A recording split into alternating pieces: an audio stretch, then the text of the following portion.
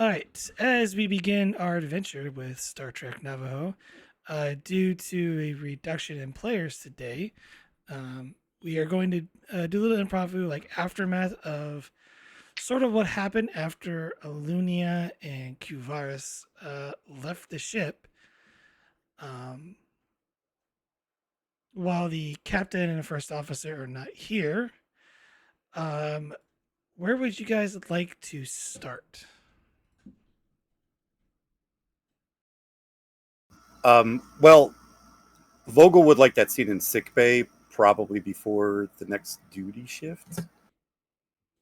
Well, you're still technically in the duty ship, but it's one of those to where because of your ordeal and you were caught at time, the captain may have sent you to sick bay to get checked out because you were technically caught. Not on the ship. Yeah, you got pulled out of the time stream a bit. So Yeah. This means I have to play the doctor, don't I? you do. Okay, You're the one that plays the doctor. I know. A little bit different than Solak. What happened to the captain? Oh my god!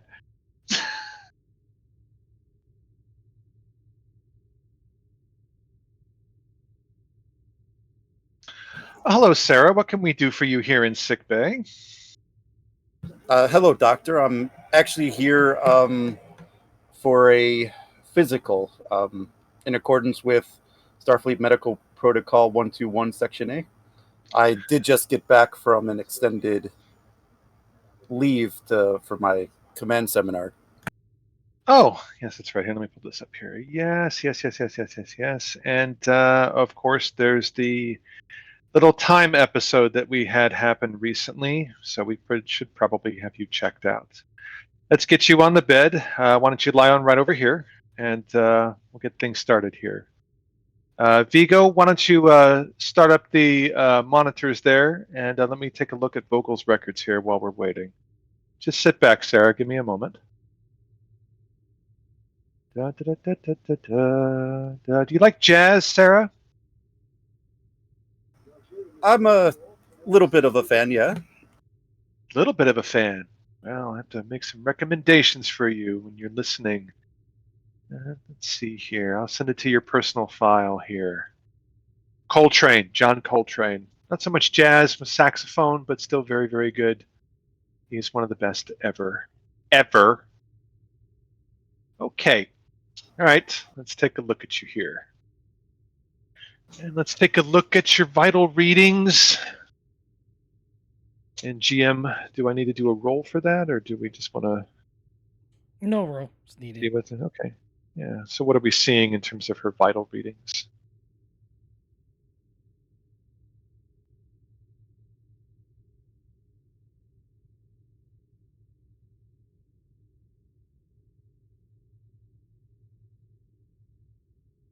What happened with this time adventure that you went on, Vogel? Still trying to figure that one out, doctor. I always hate And it time seems most of the ship was, it seems most of the ship was affected. Yes, which means we'll probably be having to do additional. questions. Yes, which means probably have to do additional physicals for everyone. Whenever there's time issues involved, you have to make certain that everyone came back the way that they're supposed to. I mean, there is also my unceremonious leaving of the ship. When did this happen? Thanks to our old guest in the holodeck. Oh, Aluna? Vote yes. Yeah. Fascinating individual. All right, so readings coming up here. Not seeing anything, nothing out of normal, but this is the time stuff again. I am showing that you have aged a couple of hours due to the time displacement. So you are a couple of hours older than what you actually should be. Do you feel wiser? I mean, not any more than I normally am, I guess. Any symptoms that you're feeling? Any dizziness, nausea? Are you, I don't know, experiencing time displacement? No, nothing like that. I actually feel pretty good. Well, good. Maybe some time displacement was a good thing for you. But we'll do a couple of more tests here. Let's get some blood tests here, Vigo. And we'll get a scan of your brain as well, just in case. Just lie back, sit still. Brain scan will take just a moment. And we'll begin that now. Trying to think happy thoughts. It makes the scan go faster. I'm kidding, of course. Right, we'll wait for those results to come up. So nothing out of the ordinary. You don't feel dizziness, no tingling sensation in your extremities. Your hair's not falling out. Not that I'm aware of. You can still taste food. You're not blind. You haven't lost your hearing or anything like that. No, doctor, nothing like that. Okay, I kind of figured that. You look fine, but let's see what these results are here in terms of the blood work. Preliminary And- show good, doctor. What's that? Preliminary show that they're fine, doctor. All right. Blood work is good. What about the brain scan? Let's take a look at that, Vigo, and see what we have. Let me take a look at your eyes here real quick here, Sarah. Da-da-da, look fine. Open your mouth. Say ah. I love that. I just do that to have people say it. Okay, yeah, your mouth looks fine. A Okay. couple more wrinkles than last time, but all in all, brain looks good. All right. Brain looks good. You're not showing any obvious symptoms of harmful time displacement. You haven't grown extra gray hairs that we can see. The only thing is you're about 2 hours older than what you should be. My recommendation to you is that you not travel in time anymore, that you stay in the present and that you grow old gracefully and naturally the way that you're supposed to. You think you can do that? If the universe will allow, doctor. I certainly have no more plans to time travel. No, good. I don't think there's anything else that we can do here right now other than chit chat. Is there anything else you need here in sickbay? Just thought I'd get the physical out of the way.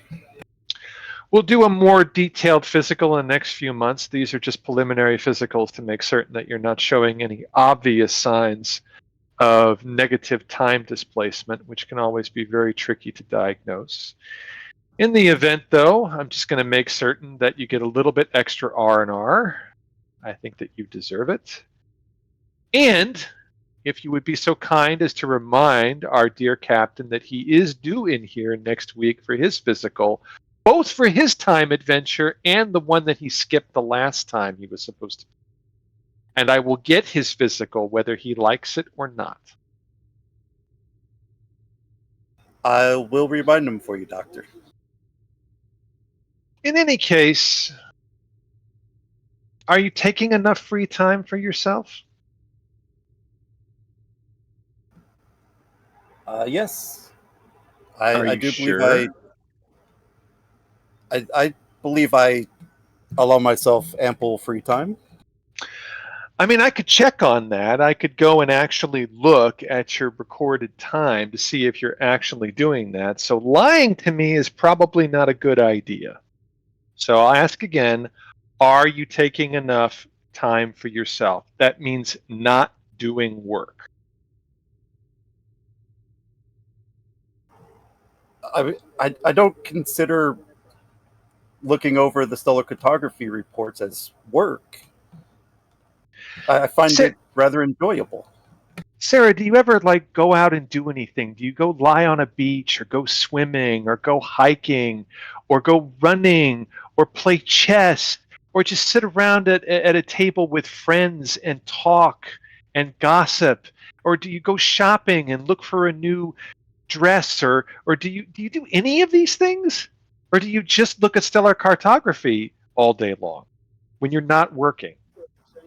I have a I do have a few hiking programs I use, and I did spend a little bit of more time than I care to admit trying to program something in the holodeck. Are you doing this with anyone? Do you hang out with friends? I still am in contact with a few friends from the academy. But nobody here on the ship? You don't go out for dinner with friends? You don't go to the holodeck with friends? When we have shore leave on the planet or on a station, you don't go with friends? I mean, I know this because I keep track of your activity, but I want to hear it from you. Why aren't you doing these things? I try to hang out with a few friends when I can. And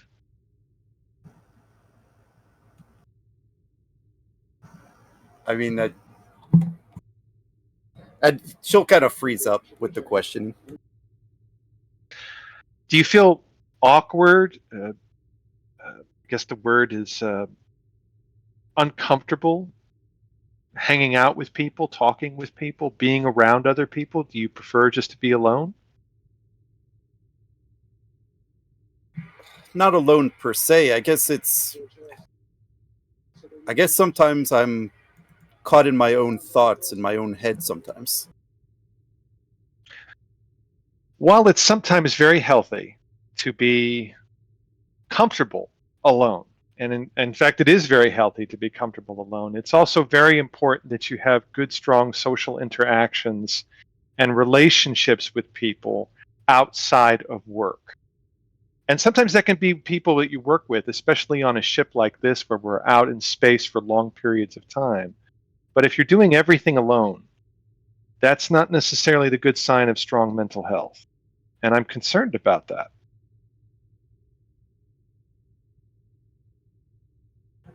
I don't think it's anything to be concerned about, Doctor. Well, I fortunately mean, for I do you, have go ahead. meaningful conversations with others, and just sometimes I find looking over a solar cartography report or logging a few extra hours in the astrophysics labs helps to clear my thoughts.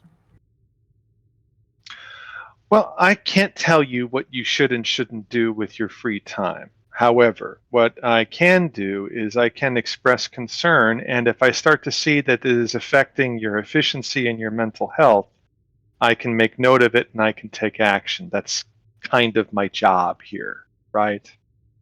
So, one thing I'm going to recommend to you is that while you do enjoy these things, you should try to make a concerted effort to create better relationships with people, either on the ship or outside of the ship on shore leave.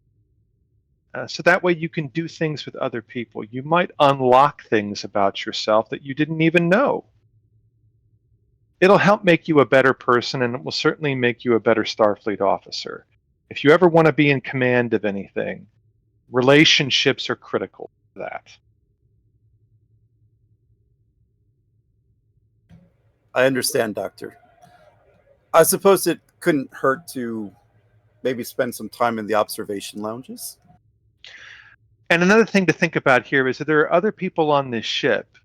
If I can't get you to go on a date with anyone, or if I can't convince you to go on a hiking adventure with a group when we have shore leave, then there are other people on this ship who also like to look at stellar cartography charts or whatever. So maybe don't do it alone. Do it with someone else. You might find it more enjoyable. Just give it a try. And if you like it or if you don't like it, just let me know what the results are. Not because I think that you can't do it or anything like that. I just want to see that you continue to grow and develop into a better Starfleet officer, into a better person.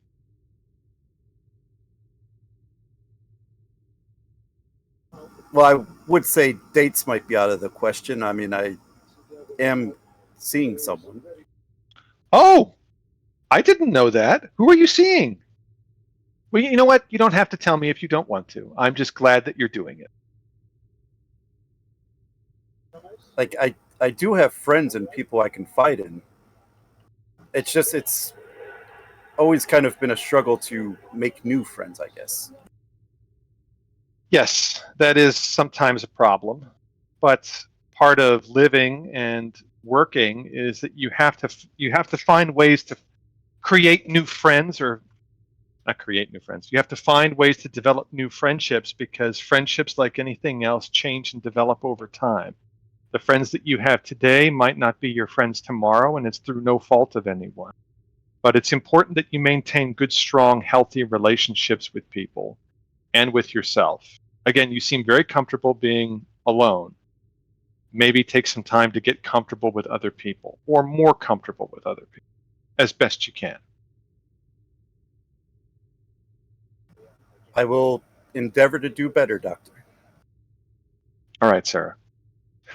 That's it. I think you can return back to your duties. Thank you, Doctor. And thank you for the advice. You're welcome. It's free. And she smiles at her. Oh, I'll And make certain to put in your audio play some John Coltrane music. You should listen to that, and if possible, listen to it with someone else. I'll keep that in mind. I could use some other suggestions other than Klingon opera. Is that all you're listening to? My old roommate from the academy keeps sending me Klingon opera recommendations. Oh, sweetie, we got to get you some better music.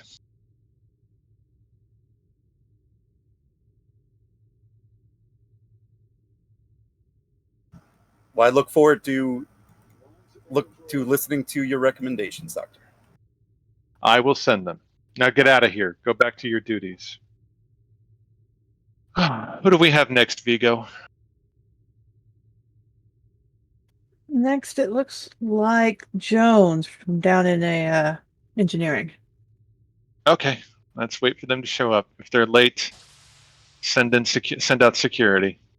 I mean, I can go get him too. I mean, I can punch people. It's fine. Oh, no. We let them come to us. We don't go looking for people. We let security go looking for people. That way, when they show up late here, we can give them a nice, good old-fashioned scolding. That's one of my favorite things to do as head of medicine here and on this ship. Make people feel guilty about not showing up on time for medical appointments. It's the Does that greatest mean thing I in have the world. scolding privileges back? Does that mean what? Did I get my scolding privileges back? No. I get to scold. You get to be the intimidating muscle. That's how this works. Yes, doctor.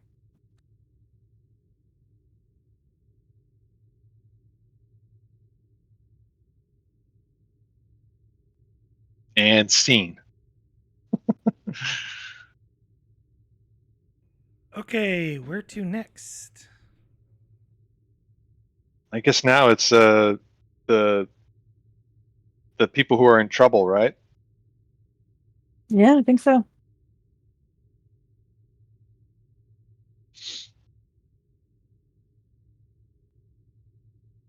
I mean, that could be in sick bay too if we wanted it, because they would need to be looked over medically.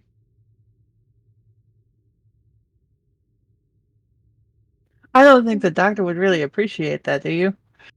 No, she wouldn't. And it'll be Yeah. difficult for me to be Solak and the doctor.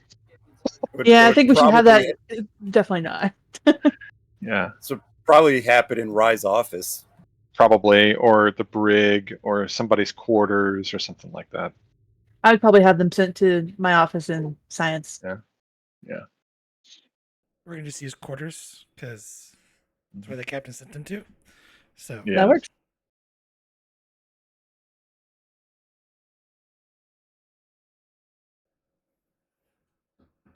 the crew member has been put under house arrest per captain's orders. Sirs. Understand.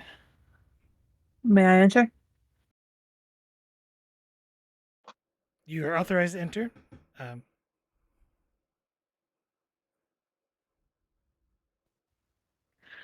I ring the doorbell. Oh, I don't have my button up. There you go. Enter.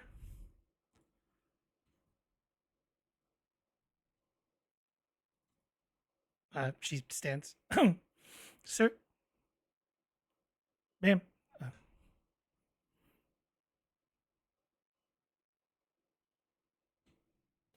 Commander Rye, Ensign Johnson here was one of the Starfleet personnel in Science Lab. Sorry, out of character. Was it Science Two. Lab 2 or 3, GM? 2. Okay. Was one of the Starfleet personnel in Science Lab 2 that was conducting an unauthorized experiment that put the ship in danger.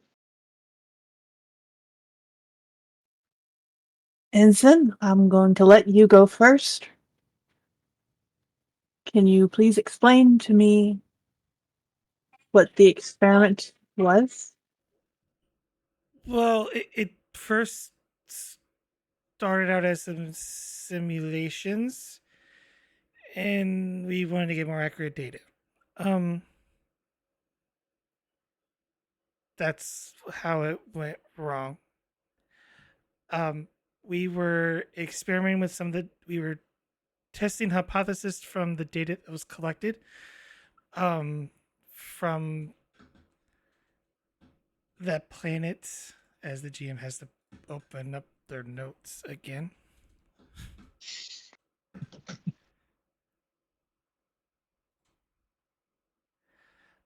From the Lysara System. Okay. I believe both of you were on the away team for that. That is correct.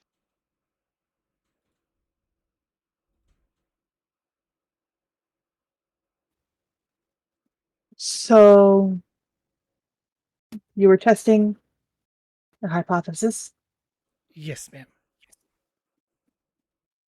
and you skipped the entire part of versing with one of the heads getting approval for testing and just decided to try it out yourselves.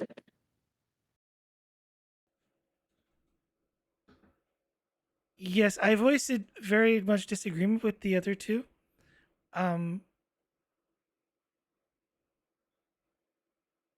I didn't speak up But louder, ma'am. That it's on me. and you didn't leave and go get anybody. You didn't. Well, I did try to in the beginning, but the damage was already done. So you just kept doing it. No, we kept trying to figure out how to stop it. It might be beneficial, Ensign, to take us back to the beginning here, to when this experiment first began. What were the reasons behind it and why you chose to conduct it in the way that you did? We were conducting simulation data based on the the data you collected as the away team, the researchers, as well as the sensor data from the ship. We were attempting to isolate to see if we can find a stabilization factor, and unfortunately, our simulations proved that we thought we had maybe a solution to it, um, but we did not.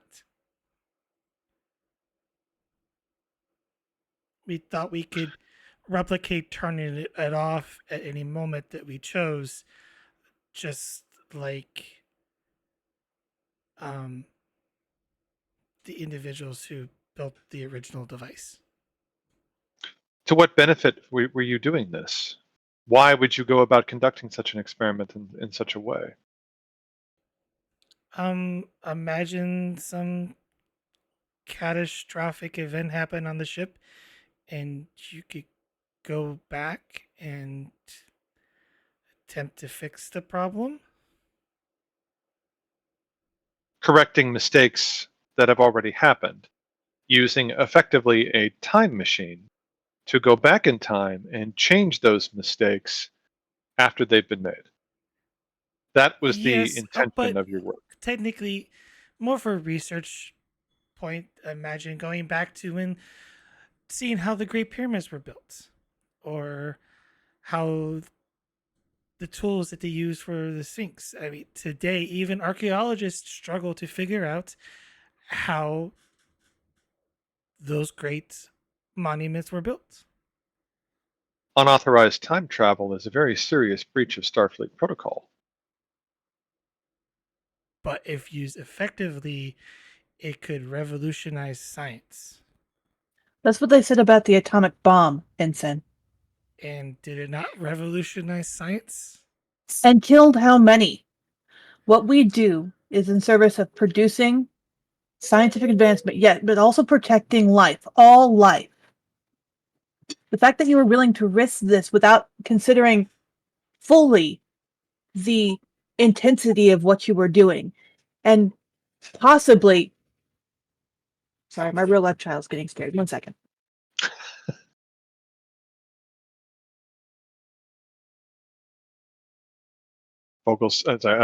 Rye's so good she scares her own children.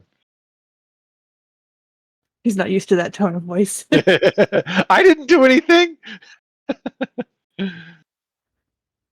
Oh, the intensity of what you did. The fact of the matter is, what you did was incredibly dangerous. It was reckless, and that has no place in a scientific safety setting.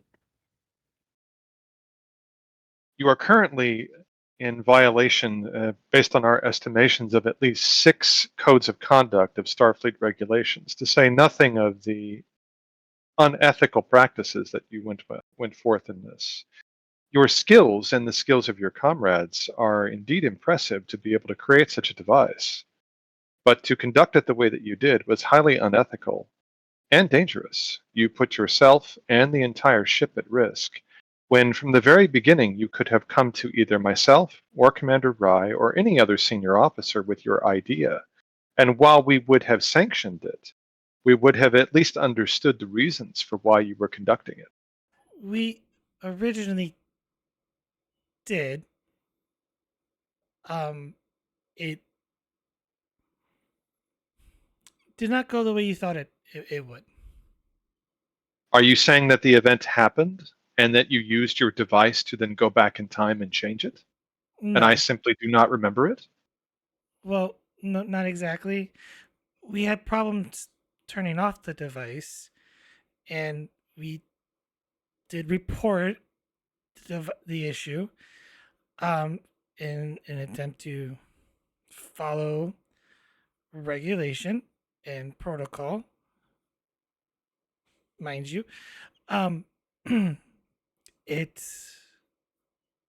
damage was already done, and the timeline reset multiple times. We, to be honest, this is probably the 84th time you've scolded me. Did I say the same thing in each one? Just about, ma'am. Most interesting. And at what point did you choose not to listen? When we couldn't solve the issue, um, after that, and it felt pointless to be continuously to be sidelined, we figured since we were the only ones remembering what was happening, that we take it upon ourselves to solve the issue. Of course, after so many attempts, we kind of had a bit of fun. A bit of Solak fun. Solak cocks an eyebrow. Well, there's some things you could do that people just don't remember, and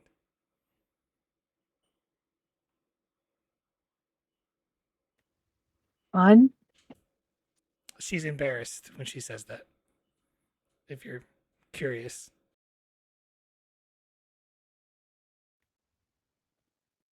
It's dumbfounding that not only you've put the entirety of the ship at danger,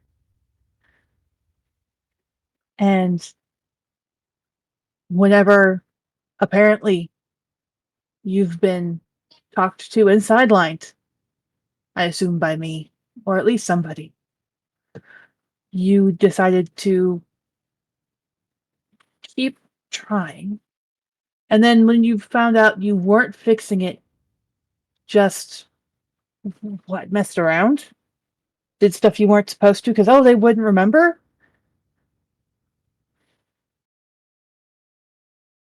Yes. You don't hear how dangerous thinking that is?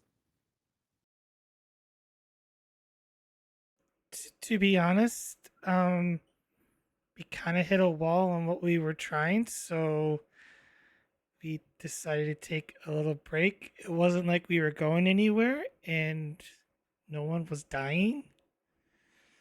So we decided to branch our creativity out for several hundred loops. And at some point, you tapped into the warp core and created the issue, and then I became involved. Yes, we were kind of surprised towards the end that other crew members were starting to remember the loops. Of course, we weren't aware until you showed up. Uh, Potentially has Do something to you do with think Q. time travel? Yeah, there was a Q, and weirdly, he's not the problem. Do you think that Starfleet just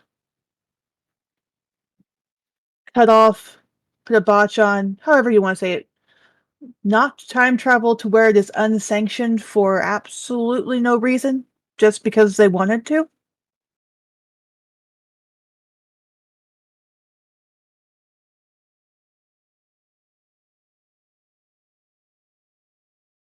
I have no words, ma'am.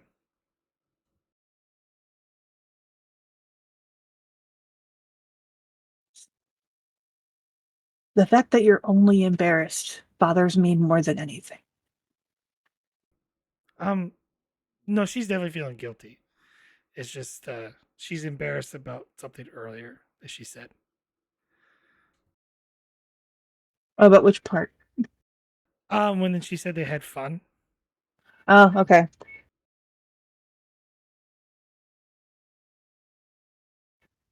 I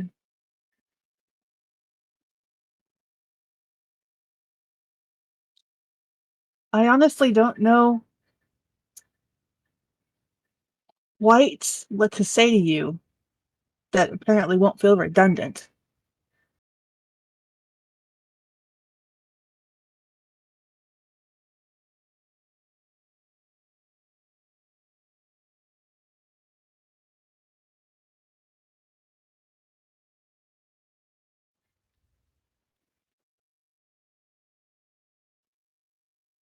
You put everybody in danger.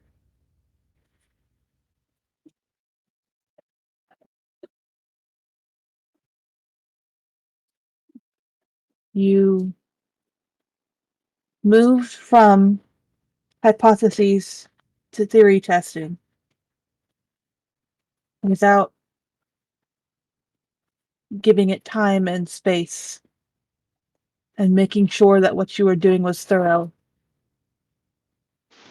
And yes, nobody died, but they could have, and apparently they could have died hundreds of times.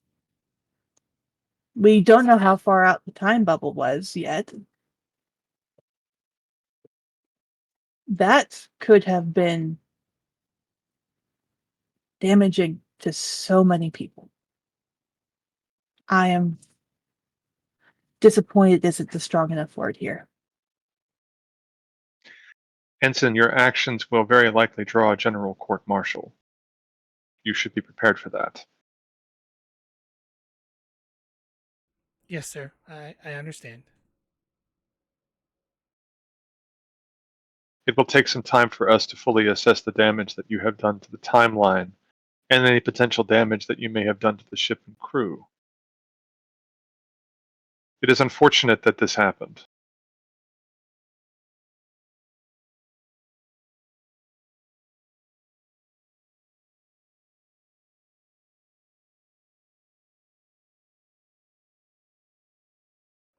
The work that we started, what will happen with it? I am not at liberty to discuss that with you at this time.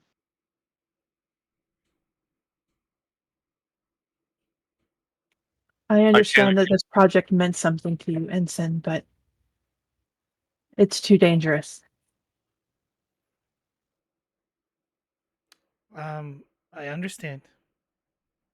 We do have there is a theory solution we thought of involving the transporters to send someone back beyond the focal point. Um, I think is worth endeavoring pursuing. Time travel using the transporter device has been experimented on illegally for a number of years. All have been results in failure, and most of those failures are catastrophic, resulting in death or worse. Well, I we do not think I do not think it wise or logical for you to continue in any theory related to that. we had a breakthrough with the other experiment. With at least we think. By breakthrough, are you telling us that you modified or attempted to modify the transporters for your time traveling experiments? We didn't get that far. The other two were adamant about trying just to shut off the power source, saying that was the solution to it. Well, it seems as though you've had some free time coming up on your hands. As one last bit of this experiment that you can take a part of, why don't you write a full report for me? And I will make sure that it is gone over and added to what we already have. And we'll go from there. Yes, ma'am.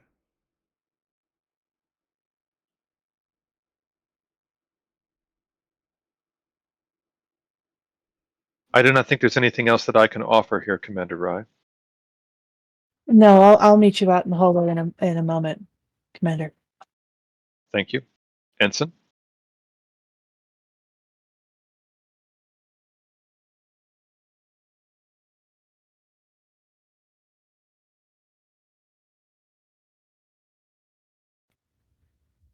And so as a scientist, I completely understand the thrill of going forth with an experiment.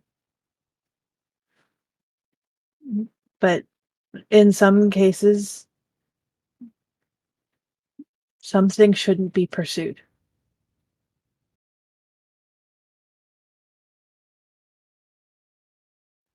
Something should just be theory.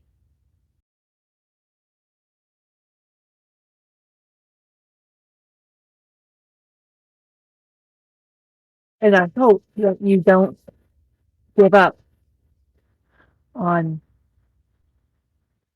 what you were born to do. I will admit, you're good at it. All of you definitely have promise.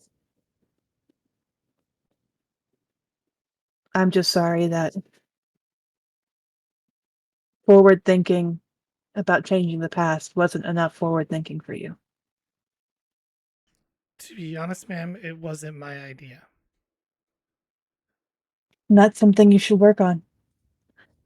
Yes, Not ma'am. only is going through the answers good, but standing up for what you think is right is just as important for being a Starfleet officer as anything else.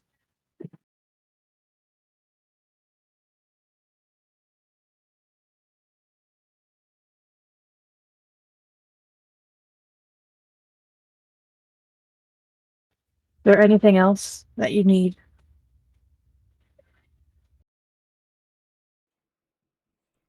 No, ma'am.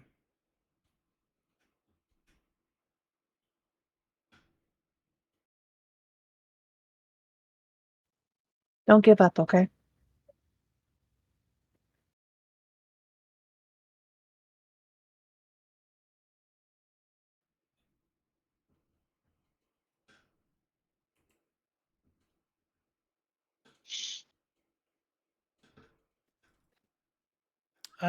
You going to the next one? Yeah, What's well, next? right before we switch scenes. Rye's gonna stand there for a moment. Take a breath. Commander, can I ask you an inappropriate question? He cocks his eyebrow and says, I suppose you can. Would you like to go get a drink? My race was spared the dubious effects of alcohol. I do not partake, but I will sit with you and consume a beverage while you drink. Is that satisfactory to you? Yes, Commander. Thank you. After you.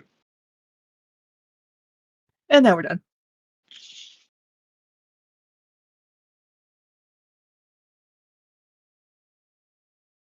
So are you gonna interview the other two, or I mean, yeah, Oh, we can. sure. Sorry, I thought that was just I gonna be thought like we were one and just done. doing the one and then we were going to talk about it afterwards. Okay, yeah, we can do the other two. That's fine, and then we'll just say that happens after the last one. Yeah. so you approach the next door?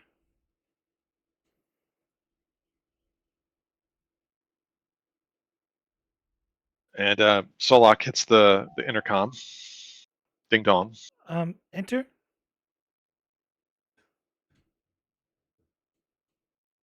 Ensign Bush. She stands. Sirs, ma'am. Commander Rye, Ensign Bush was one of the 3 individuals in Science Lab 2 conducting the unauthorized experiment that we discussed.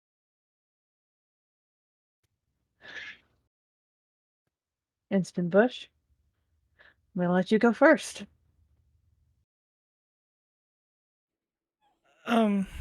We went over the research data from, well, sensor data in a spiel. She goes through sort of the same talking point. Lieutenant Needell said that we had all the efficient data we needed to run the correct simulation. We ran the simulation. The simulation went perfect. We were able to shut off the device using the simulation. We thought we do a slight small experiment. Ensign Johnson voiced her concerns, saying we shouldn't progress this far. Lieutenant Nadell said she's in charge of this project. It is her call, and she moved us forward. I regrettably kind of agreed with her that we felt the project was safe to continue. Obviously, it was not. And why would you think it was safe to continue? Every simulation that we ran, all 200 of them, resulted in the same except for one failure. Why did you not take the simulation results to Commander Rye or to myself rather than move forward with an unauthorized experiment?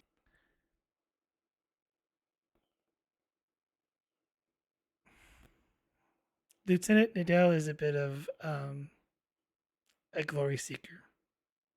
Sir, ma'am. She Ensign Johnson made the point to say that this experiment was not her idea, in suggesting that it was someone else's idea to move forward with this. You're suggesting that it was the lieutenant, Yes. and you followed along.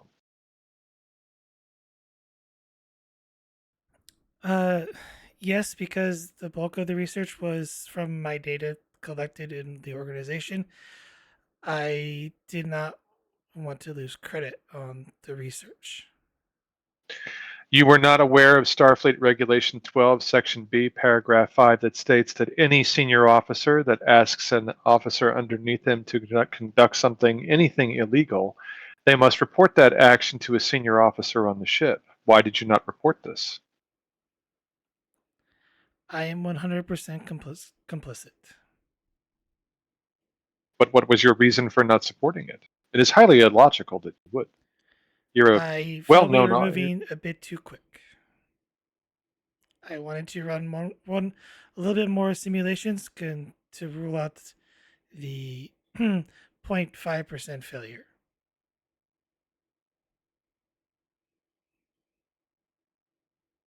She says I was too picky, that there was efficient enough data to proceed. It was only supposed to be a short localized test for about 5 seconds, and it cascaded into 6 hours very quickly. and that it's when the time looping began. Correct. How many times have we had this conversation before in your memory, Ensign? 80 or so. Is it always in a situation like this after you've been caught, or was this happening before the time looping began? Happened during the time loop. So at some point during the time loop, there's an interaction with myself or Commander Rye, and we admonish you in this way for your conduct using very similar language and very similar tactics. It is all consistent? Yes, sir. Was there ever a moment that it was not consistent? A No. variation. Solak looks at Rye and says, I have no further questions, Commander.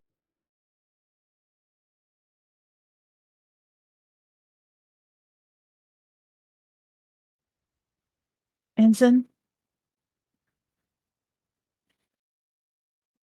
why? First of all, why? But also, this project, the source it came from, when you were crunching through the data, did you happen to read also our logs that came along with it? Yes, ma'am. So you're aware of what we went through on the planet. Yes, ma'am. We had thought we saw the instability issue. Clearly, we You did thought. solve the stability issue, but we did not solve the cascade power buildup.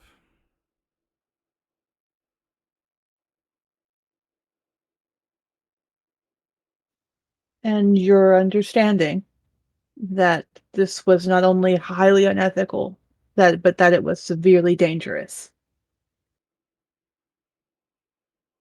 Yes, ma'am.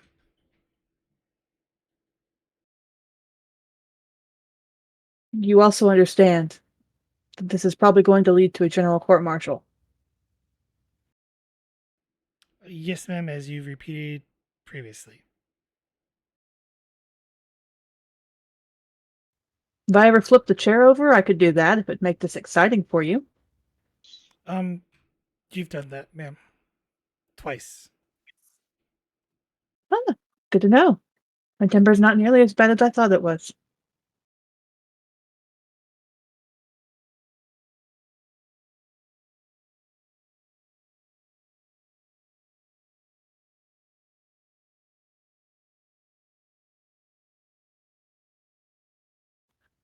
What was your favorite part? Ma'am?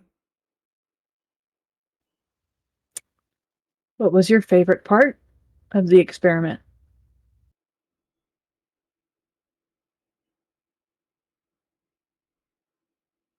I'm sorry, ma'am. I don't understand the question. Well, we're scientists. We enjoy the searching, the understanding. What was your favorite part? Seeing the device we had constructed actually work. Um, but that soon turned to worry when we couldn't stop it and realized we were repeating events over. Was it worth it? She kind of like squints a little bit, like, maybe.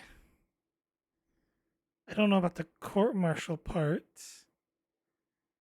but it was definitely a learning experience.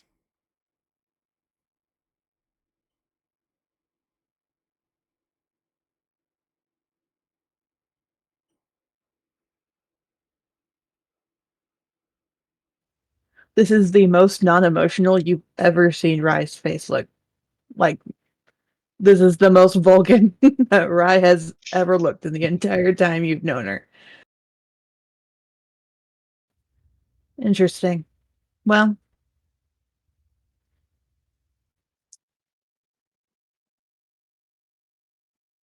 I'll need a full report of all of your data. It's the last thing you can give this experiment.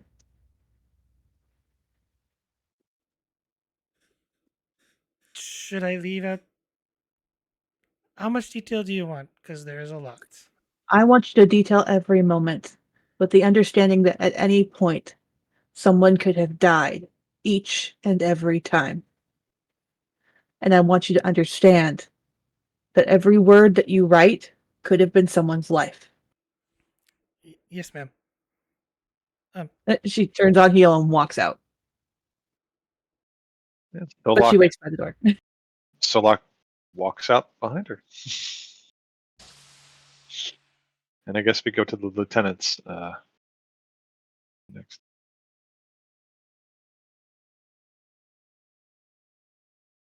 Any comments after that interaction?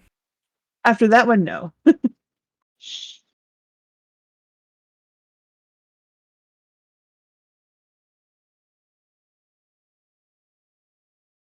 Ding dong. Enter.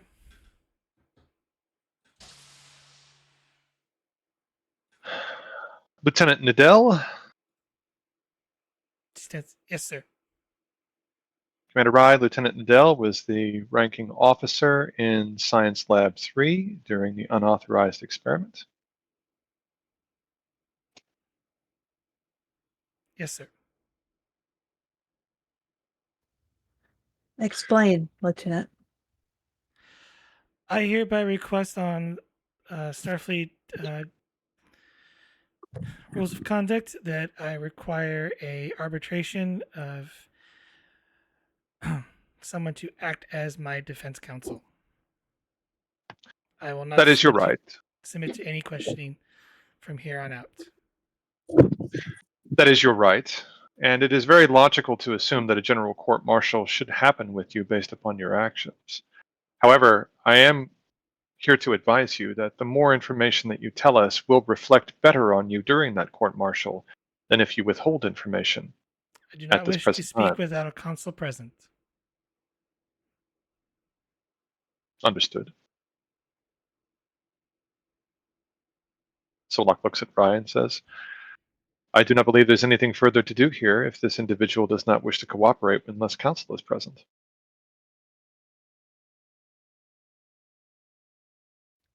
Fine.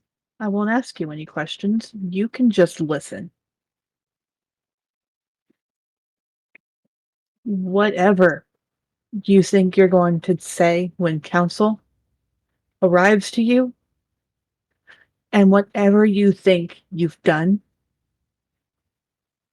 was unethical and dangerous and wrong.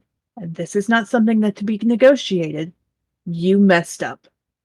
And I hope that you understand and know that what you've done has ruined not only your career and the life of two ensigns, but could have very dangerously destroyed everything. I hope that you can live with that. And I want you to know that if you can't, that's on you.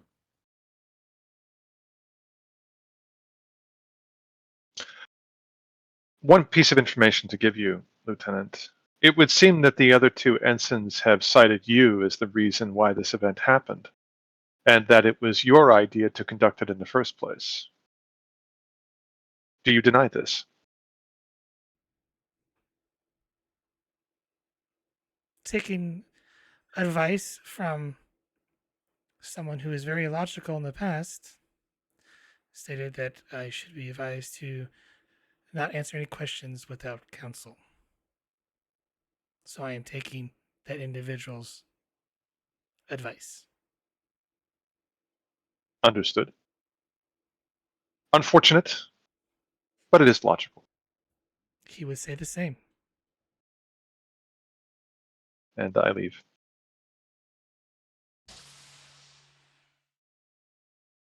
I look at the security officer and say, Lieutenant Nadell does not wish to speak with us unless counsel is present. It would seem that she would like to hold off on her testimony until a general court-martial. Leave that up to the captain to determine whether that will happen on ship or when we offload the two ensigns and the lieutenant at the nearest starbase. In the meantime, this individual is in your authority. She is not to leave this room, these quarters, unless authorized by the captain or the chief of security. Yes, sir. Lieutenant? Sorry, Lieutenant Commander? And Solak sort of gestures to go down the hallway to where we're going to head to next. Yep. She follows. She looks angry. There's just rage. Her face is stoic, but her eyes, you could probably see rage. No, it's a pretty obvious that your character's upset.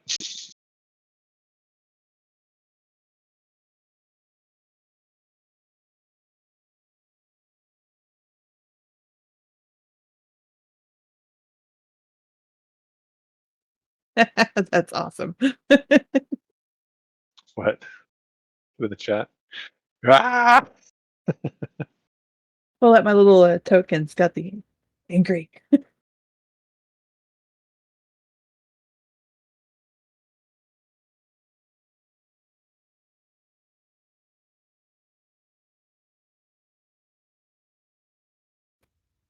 Where to next?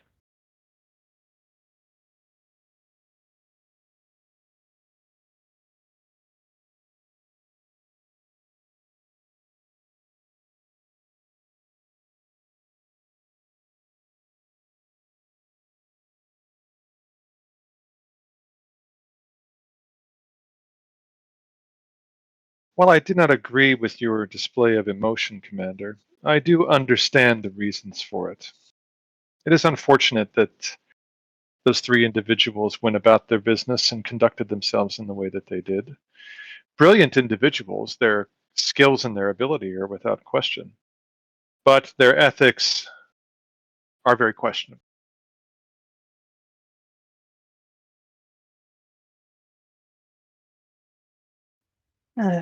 Yeah, I did let my emotions get a bit of the best of me there at the end.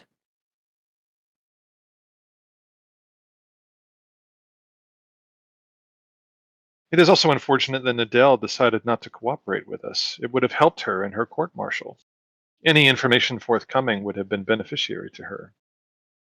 It is logical for her to work with counsel and wait until the appropriate moment. But it would have also been beneficial for her to cooperate. I can see the tactic that she is using, though I do not agree with it.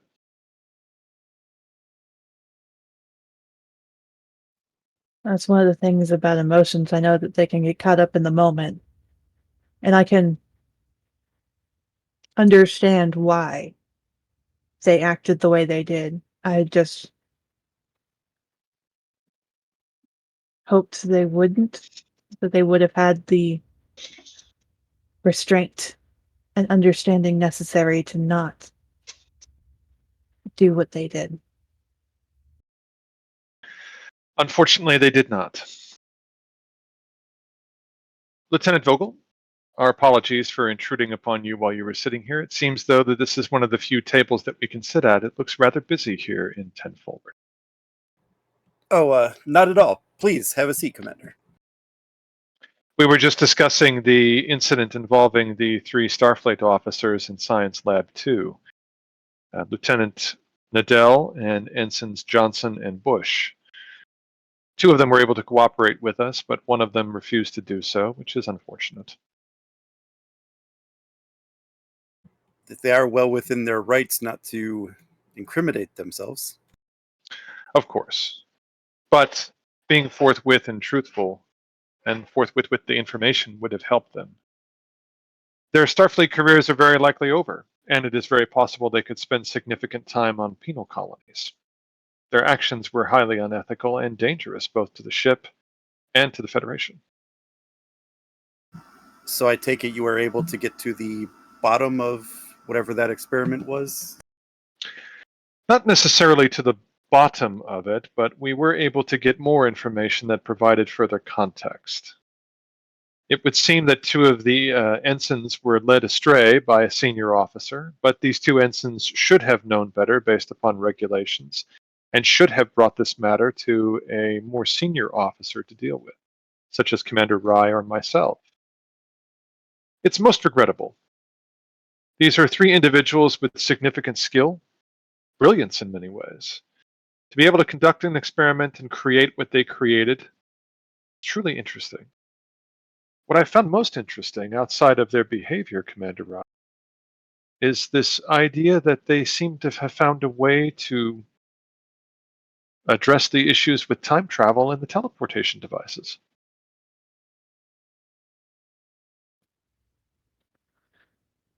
I understand that I'm a scientist and that I should be curious about all of the things that we don't know in the universe. But I personally hate time travel. The concept of it, the dangers involved, the undoing, the redoing of the molecular structure of the universe. It baffles me that people find it fascinating. It's just, it's never gonna be worth the risk. All curiosities are fascinating. Time travel does exist, so we must acknowledge that it exists. But there are ways to control it and monitor it and act ethically, logically, if you will. It is illogical to engage in destructive behavior. So time traveling just for the sake of time traveling is both illogical and destructive. But if there were a logical reason, a beneficiary reason to time travel, would it not be logical to do so? Perhaps, but again, the whole point of science living is making mistakes and learning from them. That's how we grow and evolve and advance. To just go back and try again feels like we haven't really learned anything. It would seem the three ensigns learned a lesson and they keep relearning it again and again and again. What did they say? 80 time loops at least? At least. You made mention of a senior officer. Was this a authorized experiment or did they cross a line? It was completely unauthorized. A Well, violation of at least 5 regulations of Starfleet. yes, to move from data gathering and even simulation, I will grant that that could have been allowed. I would have possibly allowed some simulation testing eventually. But to move forward in any process does require absolutely order from a superior officer. Indeed, not only would it require Rye's authority, but it would require mine at the very least because they are using an unauthorized power source. And if it had come to me, I would have advised the captain. And I think we can both agree that the captain would not have authorized such an experiment while we were on such a significant mission. Yes, true timing as well. That was something that they didn't take into consideration either. I would have possibly authorized simulation, but even that I would have brought to the captain before we moved on to any next stage with that technology. They'd probably do that. Is it possible in any one of these alternate timelines, perhaps you did agree to an experiment? They did state that despite multiple loops, that our behavior was consistent, that we consistently scolded them. I believe that was the term that they used, Commander, admonished them for their conduct. And at no point did we ever encourage them or suggest that what they did was ethical or logical. I find that very interesting. Well, we are who we are. I don't see why they think time would change that in this sense. On the upside, I did only flip over a chair twice, and I will say with my recent anger issues, that's actually fairly impressive. Indeed, it is very impressive that you were unable, that you were not, that you did not involve any further damage to furniture in our interrogation of the individuals.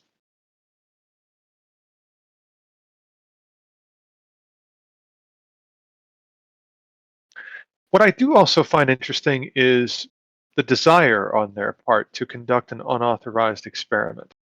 It seemed what was driving them was emotion rather than science or the desire to know. The ensign talked about proving something, and Lieutenant Radel, based upon the information from the two ensigns, seems to be the driving force behind it. Why do such a thing? Why jeopardize your career? All three of them had promising careers. All three of them are very capable, brilliant in many ways. Jeopardizing all of that for an experiment just to prove something, rather than going about things logically, ethically, meticulously. Most unusual, most unfortunate. And unnecessary, if I may add. Well, and it's true, like I said in the interviews, there is something to being on the edge of a discovery, the thrill, the excitement that comes with pushing the boundaries. As I'm a scientist, that's what we do is to go to the edge and see what we can see, but not having the bounds of morality and ethics to guide you back. That is where the problem lies. I would say the problem lies with emotion. The fear, sorry, the thrill, the excitement that you say, these were one of the cause factors in the event itself. If they did not have the thrill or the excitement or the emotion that was driving them, rather than the logical understanding to know something that they did not know before, that was just as dangerous. Unfortunately, most species do not follow the pursuit of logic or follow Vulcan philosophy in that regard. Yes, most unfortunate for them. We talk Many about species lessons are learned.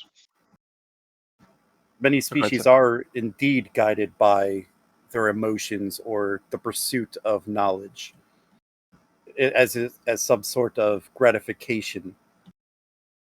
A lot of people seek that out specifically to be gratified in their endeavors to prove that they were right. Most illogical.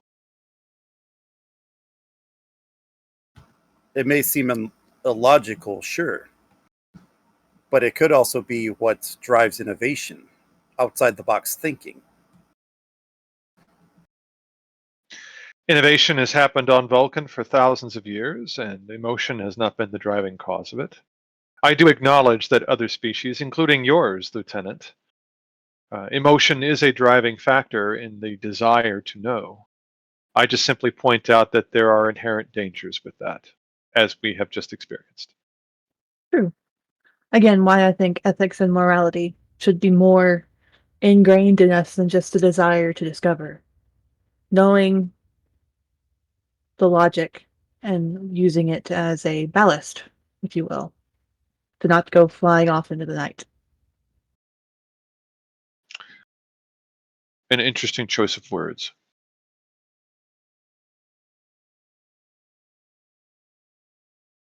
It reminds me on something that happened on the planet Vulcan many years ago.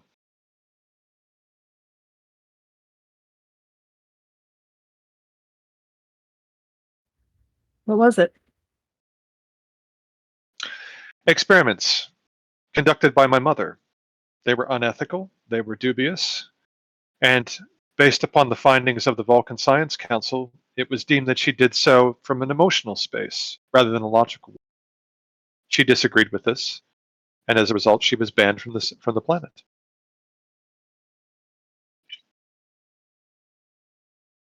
You do not hear reports of Vulcans not guided by logic.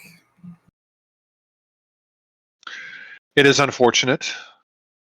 We are in the presence of a Vulcan right now who is not necessarily guided by logic. He sort of motions to you, Rai.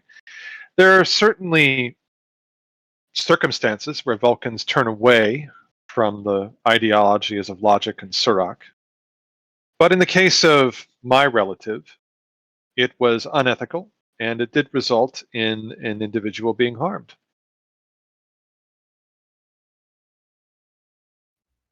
And this is how you got your neural implants, correct? Precisely. Her experiments were on me, and they were unauthorized and unethical. Unfortunately for her and for me, she was banned from the planet. I have not seen her until possibly very recently. Would it be Awesome. logical to seek her out? I don't see the logic in trying to seek her out. There is nothing for us to discuss.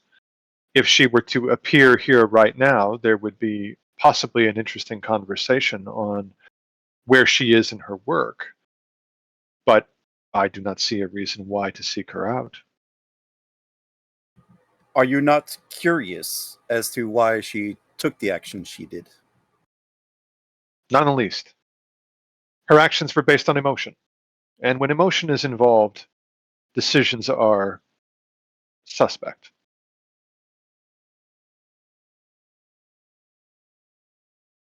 In this particular case, I have to agree with you. Thank you. Should never experiment on children.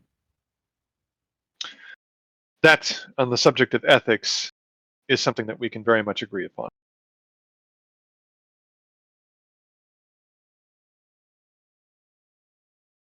It is only logical to experiment where there is consent. That was something that decided to have fun because nobody would remember. I'm gonna go get that drink. Commander, do you have a beverage preference? I do not have a preference, but I will take Talakian tea. One Valakian tea. Thank you. Are you good, Vogel? Do you need a refill? Andorian brandy, please.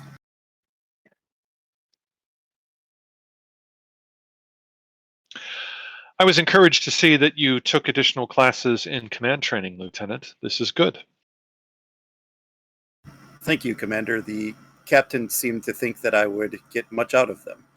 And they were fascinating. I took many notes and am trying to apply them to my everyday duties. Indeed. It is very logical based upon your career track. Many officers in the command rank come from the con position.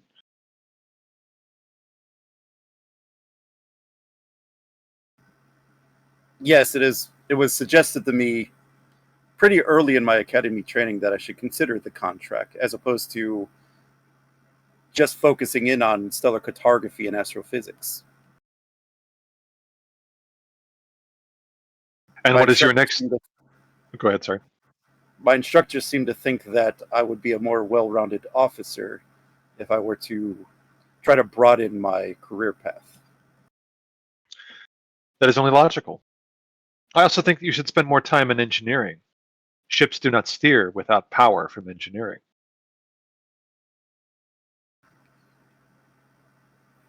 I would be willing to take a few duty shifts in engineering, Commander. In fact, my father would be pleased that I took a few shifts. Your father? Yes, he is a chief petty officer in aboard his ship assigned to engineering. He's been an engineer all of his Starfleet career. Interesting. What ship is he currently assigned to? The Delphine? Ah, yes. I know this ship. I know the chief engineer of the Delphi as well. I take it your father is pleased that you have become an officer and that you are in Starfleet. When I received my commission, you should have seen his beaming smile. He's not one to smile often. Perhaps he is more Vulcan than you think. I wouldn't say he's Vulcan-like. He's just serious about his work. I have come to the conclusion that synthetic tea simply does not have the same aroma that actual tea does. And I am venturing a way to update the replicators to better simulate smell. Are you noticing this with the replicators, with food and other beverages that are being created?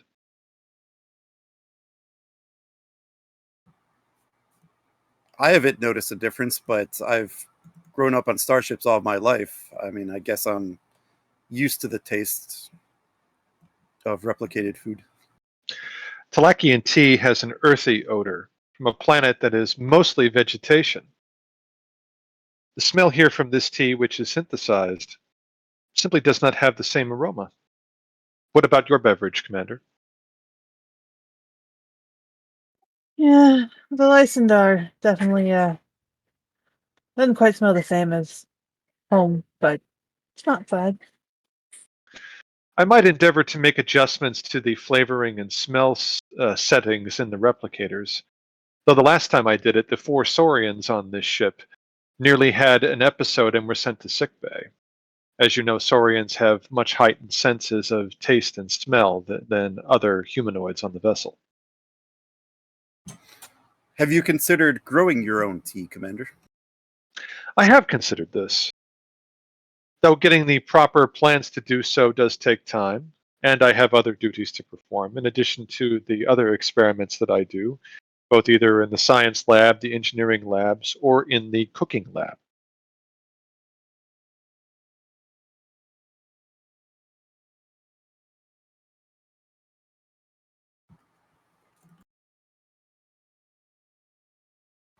I'm sure there's a officer or two that work in the astromess hydroponics lab would be willing to grow some tea for you, Commander. I suppose that would be logical to ask them. I'm much more interested in actually getting the tea plant from the source planet that it comes from, and then comparing it with what we can grow in hydroponics, and then what we can synthesize through the replicators. Does seem like a worthy experiment. Indeed. You know, I do Sure. believe that one of our science officers does actually have something she's working on in teas specifically. I don't know if it's scent or if it's color. It's for the basis of longevity and storage purposes overall, but there is something to do with color too. Color, that is very important. Taste, smell, all of these things are critical with making a good cup of tea. Good, of course, being subjective to the individual. Yeah, I believe if you reach out to Zalara, she might have some ideas for you. Thank you. One last thing about the inquiry, Commander. Do you feel that it would be beneficial to us if we were to, at some point, engage others who knew the 2 ensigns and the lieutenant and ask them if they knew anything regarding these experiments? Friends, associates, co-workers, others in the science department? I do think a cursory investigation there should be had too, but I also think we need to reach out to, I don't want to say this is condescending, but someone who's down there with them. Like, whenever Sarah was an ensign, you'd hear from the other ensigns. I assume you still do have contact with some people in the lower decks.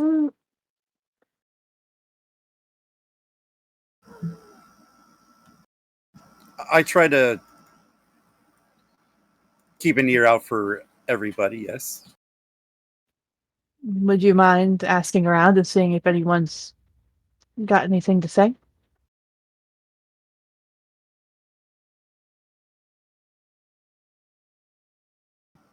What specifically are you wanting me to find out, Commander?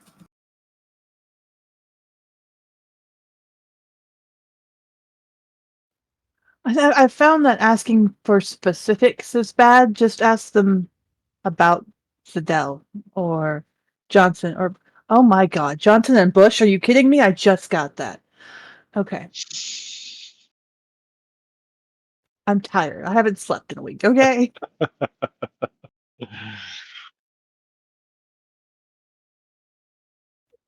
If I can keep this is my a ear out. behavior that they'd expect, or if this is something that they saw coming, or I'll try to keep my ear out for any rumors. I have had myself very little interaction with the two ensigns or with Lieutenant Riddle.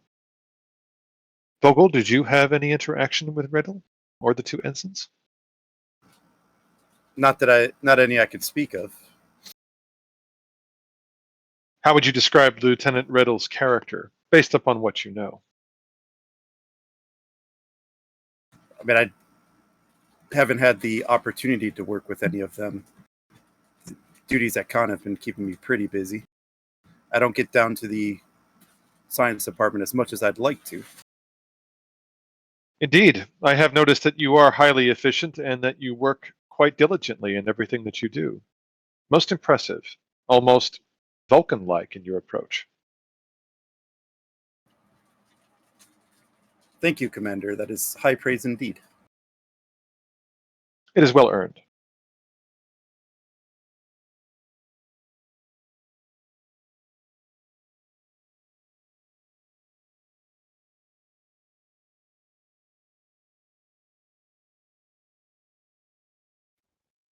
I am other than curious to smell, know. how is your tea, Commander? It is satisfactory. I do still wonder, what is it that they could have discovered with the transporter devices? If they were able to create the power source that they created in Science Lab 2, it is logical to assume that they may have uncovered something significant with time travel and the transporter devices. I do not say this as an individual who would want to see further experiments on it. But if they were to have unlocked that issue or solved that problem, that would be worth noting, and further research and investigation would be required. Have you been able to preserve their research? We are getting a full report from the two ensigns. We are not getting any cooperation from the lieutenant. And I suspect that the lieutenant is the driving force amongst this group conducting these experiments and this research. We might have Science, access to all of the research that they have recorded, but at yes. least officially recorded. Highly renowned scientists have spent their entire lives trying to solve the problem of potentially using the transporters as a time travel mechanism. Unethical in some ways, but it is logical to see that as a tool for such an action. This ship could, in theory, travel back in time using crude methods of circling the sun at high warp speed. Dangerous, but possible. It's been done before. I'm most interested to know how they were potentially able to solve this problem. I'm more curious about what in simulation they thought would be a good cutoff to it and why it didn't work. Because even though it's not the most ideal, 0.5 being the only failure after 999 successes, why didn't it work? In reality, 84 or 5 times afterwards. Something to Indeed, if that. their simulations were correct and they followed the same procedures, logically it should have worked in real life. Most interesting. But in any case, this is for security to deal with. Lieutenant Azonin will take this in hand now, and it is a matter for the investigators. Once he's completed with his investigation, I would be interested to see some of their data. Of course, just to look at it, not to conduct any experiments. No, Most interesting. simulations at most would be good. I'm not even interested in simulations. I'm more interested in how they came to their conclusions. because while their ethics and their methods are questionable, the results are impressive.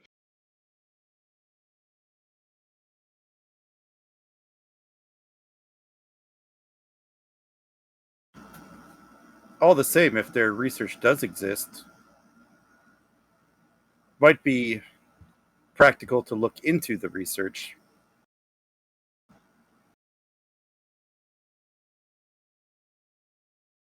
Practical and logical. Well, in any case, I believe that I must return back to engineering. Commander, Lieutenant, it is agreeable to see you. Commander, if you need anything further from me on our inquiry, please let me know. Thank you, Commander. I'll just go in here. Oh, wait, I can't. I'll just leave this way. Did I overhear you almost broke furniture? I almost flipped a chair. I wouldn't say I broke furniture. And I only did it twice, apparently.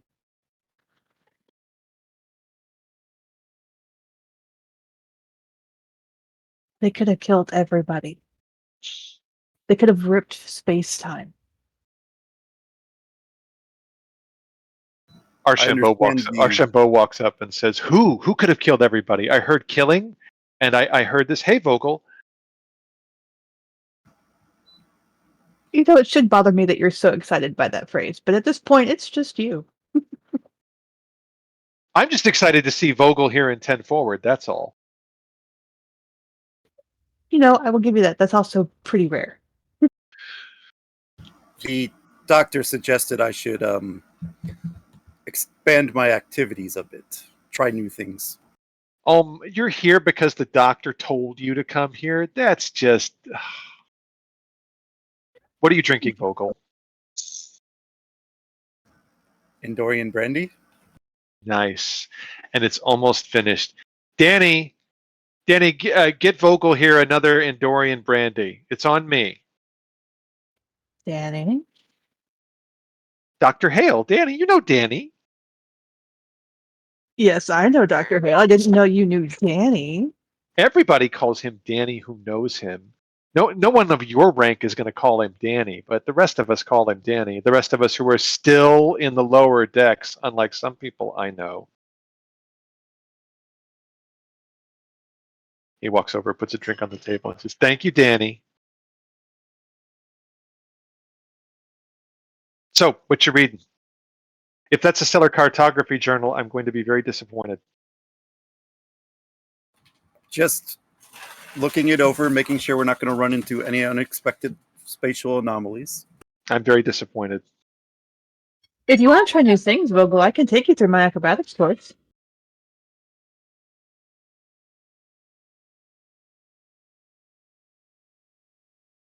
I would assume you're not afraid of heights.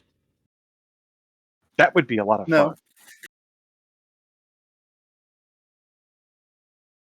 I've been trying to get her to go to Ryza for months now, and she won't do it, Commander. So if you're able to get her to do anything, that'll be truly impressive. I mean, I do run hiking programs on the holodeck.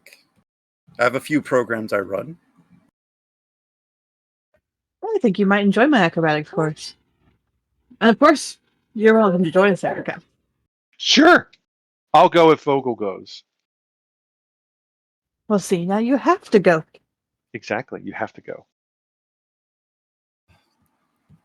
I suppose I will. Okay, so tell me what my boss was saying earlier. Like the good stuff.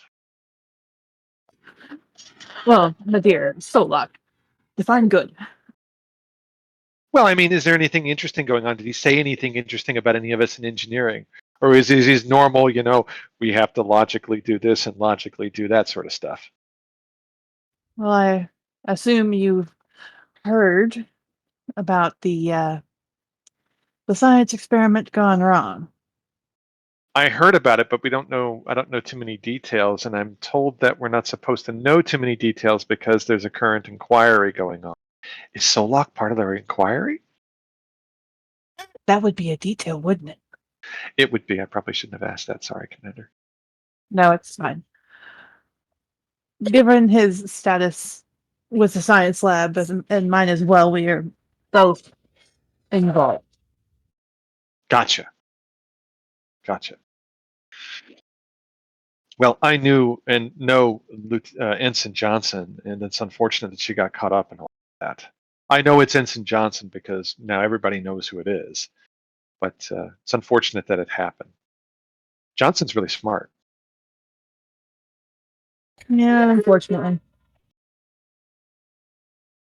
I think what she did, though, is she spent a little too much time working and not enough time, having fun and such.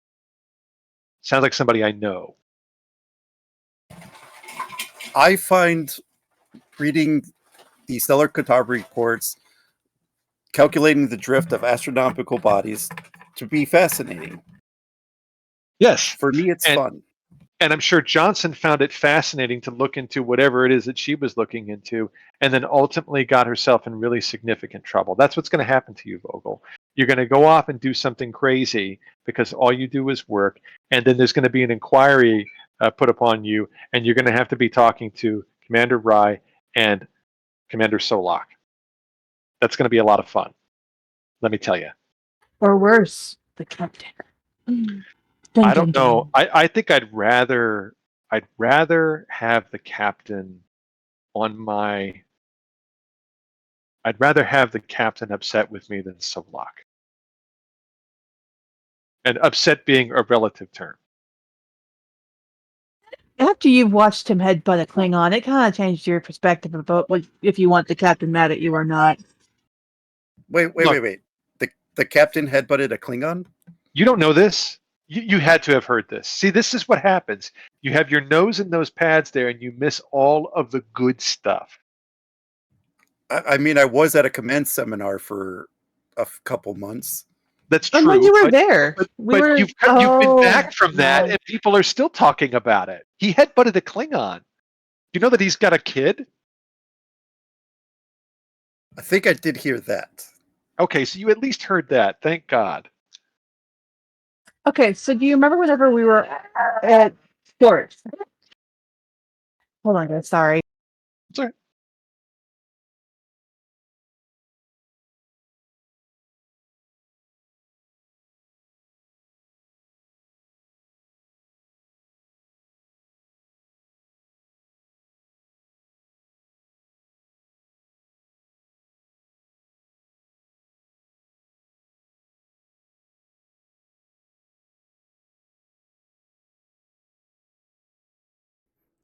Do you ladies need a refill on your drinks or food that I can get you?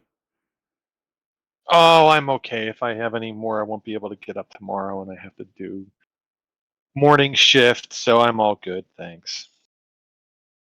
This should probably be my last one. Okay. If you need anything, I will be at the bar. Thank you. Kind of does the same spiel at the next table, and eventually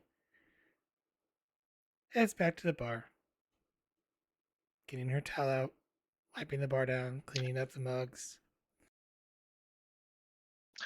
So, how was your physical, Vogel?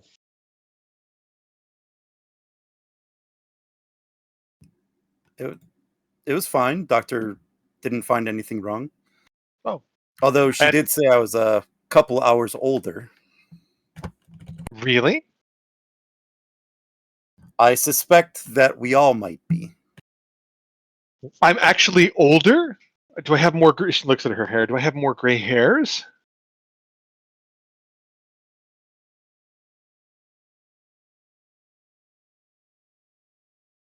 I don't know. There might be a new wrinkle or two. What? Okay, that's mean. That's just mean. Wait a minute. That was actually a joke, maybe a sense of humor. That's a good thing. I like that. It comes and goes. So you want to do this? You want to do Rise program, right? You want to do this, right? I said I would. All right, we're going to do it. And then after that, will you think about the thing that I suggested about, shore leave, get away, do some stuff, It's going to be a group of us, about 7. I think you'd have a great time with us. And if you want to go off on your own, you can do that too. But, hey, people like you, Vogel. We want to hang out with you more. Well, I appreciate that. I mean, even though you are, weird, but in a good way. In a good way. The rest of us, think that you're okay. And we don't hold it against you that you took the promotion. I mean, I hold it against you, but everyone else does. Well, when the captain calls you into the office, shoves a pip at you, says something about being the best pilot in the sector, I guess you don't really have a choice, do you? Well, yeah, that's true. Somehow I don't think that's ever going to happen with Solak and me. But who knows? Maybe it will. He did put me in charge of engineering while he was the acting first officer, so that was something. See, that means he values your opinion and your work highly. You'd think he would, but he never says anything about it. He never says good job or hey, that was great or anything like that. He usually just sort of nods with everything that I do and then shuffles off back to his office to work on whatever he works on.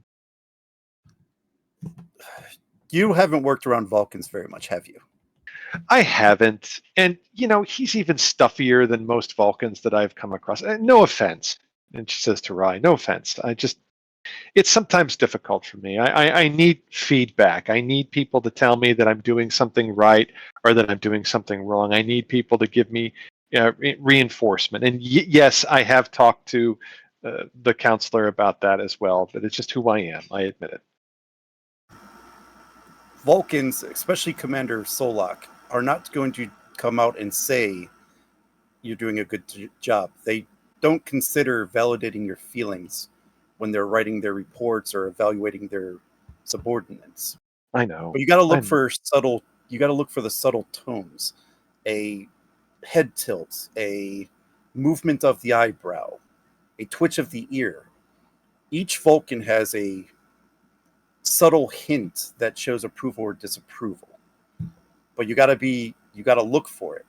It might be hard to spot on someone like Commander Solak, but trust me, it's there. I don't know if you've picked up on me at all in the time that we've known each other, Vogel, but I don't do well with subtlety. When working with Vulcans, that's the only way they operate. So you're saying that I have to work on that? Well, I made him a sarcasm sign. I can make you a use happy sign. You made him a sarcasm sign? Does this mean like you literally hold up a sign anytime he doesn't understand sarcasm? Yes. Can we? We're going to totally use that in engineering. She pulls out of her side pocket a little laminated business card that just says sarcasm on one side. So did you start using that when he was the acting first officer? A few times. That explains why he was. I'm not going to say he was happy, but you could definitely sense that there was something different about him once Commander Caval came back. Practice, I'm not going to say that he was relieved, but he was definitely relieved. Different. Yeah. No, just say different. Just different. He seemed to be more energized back in engineering. I don't know. It's possible that he was doing a lot, and Vulcans, just like anything else, as you know, get tired. And when Solak gets tired, he gets quiet. I mean, more quiet than usual.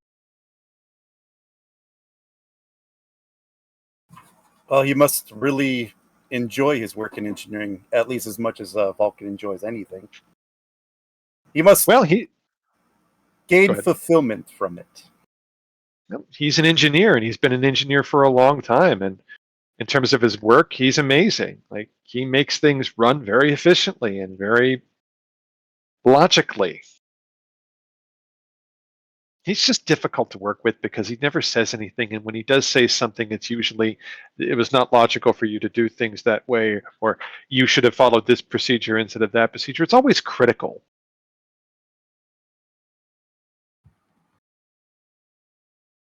But you shouldn't take it as critical. You're right. He's trying to make me a better officer. I get it. And I promise I will try to look for the more subtle things that you're talking about. So again, with me, Subtlety is just not my strength. Erica, I think he pretty much considers you his number 2. But he's not going to Well, come out and say that. He puts Yeah, you in but there's charge, but he's not there, correct? yeah, but that's because the Security to Lieutenant Lieutenant Rye. Ovalson.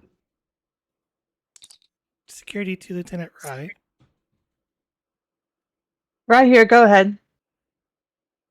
Lieutenant Commander, did you authorize the 3 science officers individuals that they could leave their quarters? No, I did not. We were giving them their evening meal and they are missing. I will notify Lieutenant Ozonin. Oh no. I'm on my way to the bridge. Excuse me.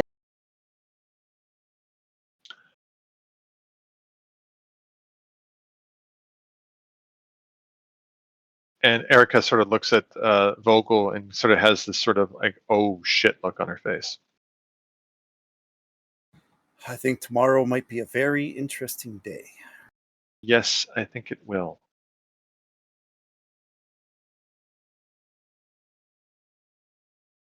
I think with that we'll end our little today's RP session. Awesome.